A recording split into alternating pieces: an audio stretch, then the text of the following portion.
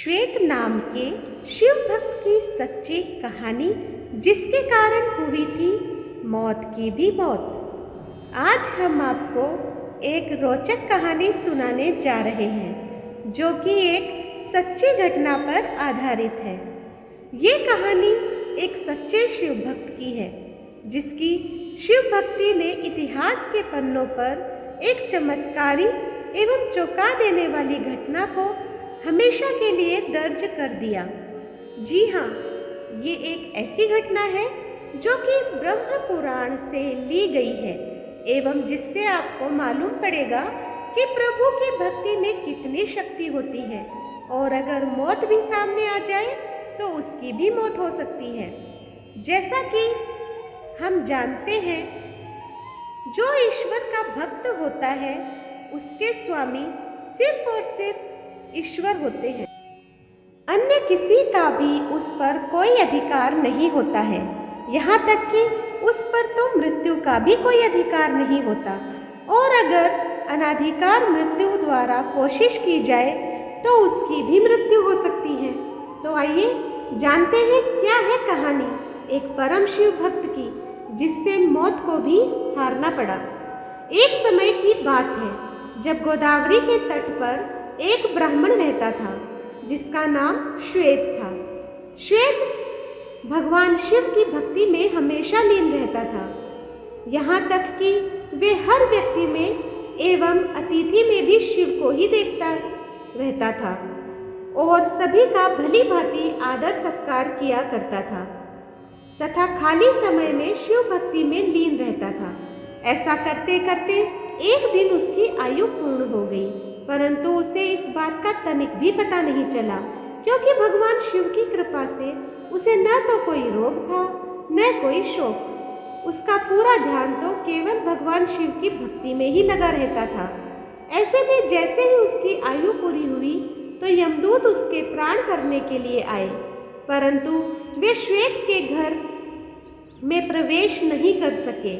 ऐसे में जब चित्रगुप्त ने मृत्युदेव से पूछा कि श्वेत अभी तक यहाँ पहुँचा क्यों नहीं, और न ही तुम्हारे दूत यहाँ अभी तक आए हैं, ऐसा सुनकर मृत्युदेव को श्वेत पर अत्यंत क्रोध आया और वे उसे लेने के लिए स्वयं दौड़ गए। जब मृत्युदेव श्वेत के घर के सामने पहुँचे, तब उन्होंने देखा कि उसके दूत उसके घर के बाहर खड़े हैं और डर के मारे काँप रहे हैं। मृत्युदेव के पूछने पर दूतों ने बताया कि श्वेत भगवान शिव द्वारा सुरक्षित है और उसके घर में घुसना तो दूर की बात है, बल्कि हम तो उसको देख भी नहीं पा रहे हैं। दूतों की बात सुनकर मौत का क्रोध और भी ज्यादा बढ़ गया और वे बिना कुछ सोचे समझे श्वेत के घर में प्रवेश कर गई। ब्राह्मण को तो ये भी नहीं पता था कि यहाँ हो क्या रहा है।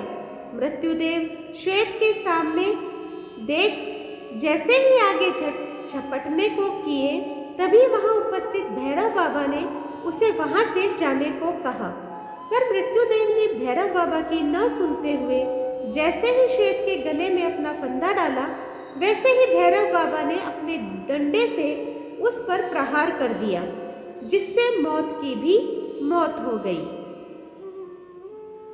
ये देखकर यमदूत भागकर यमराज के पास पहुंचे और उन्हें सारी घटना बताई। जैसे ही यमदेव को ये पता चला कि मृत्यु की भी मृत्यु हो गई है, उन्हें बड़ा क्रोध आया और वे अपने हाथ में यमदंड लेकर अपनी सेना के साथ स्वयं ही श्वेत के पास पहुंच गए।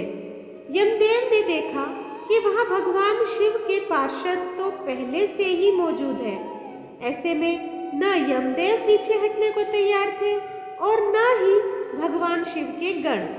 इस प्रकार युद्ध के दौरान सेनापति कार्तिकेय के शक्ति शस्त्र से पूरी सेना सहित यमदेव की भी मृत्यु हो गई।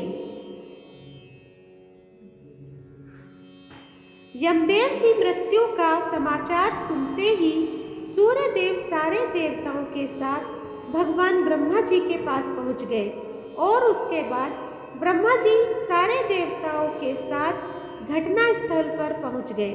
फिर सभी देवता भगवान शिव की स्तुति करने लगे और उनसे कहने लगे कि हे प्रभु, यमराज सूर्यदेव के पुत्र है, ये लोकपाल है, इनकी मृत्यु से अव्यवस्था फैल जाएगी, कृपया इन्हें जीवित करें। आपसे की हुई प्रार्थना कभी भी व्यर्थ नहीं होती है। कालों के काल महाकाल ने देवताओं से कहा, मैं भी व्यवस्था के पक्ष में हूँ। वेद की एक व्यवस्था है कि जो मेरे अथवा भगवान विष्णु के भक्त हैं, उनके स्वामी स्वयं हम लोग ही होते हैं। मृत्यु का उन पर कोई अधिकार नहीं होता है, बल्कि यमराज के लिए ये व्यवस्था की गई है कि वे भक्तों को अनुचरों के साथ प्रणाम करें। अंत में देवताओं की प्रार्थना करने पर भगवान शिव ने गौतमी नदी का जल सभी मृत लोगों पर छिड़क कर उन्हें जीवित कर दिया और वे सब के सब स्वस्थ होकर उठ खड़े हुए और भगवान शिव से क्षमा मांगी।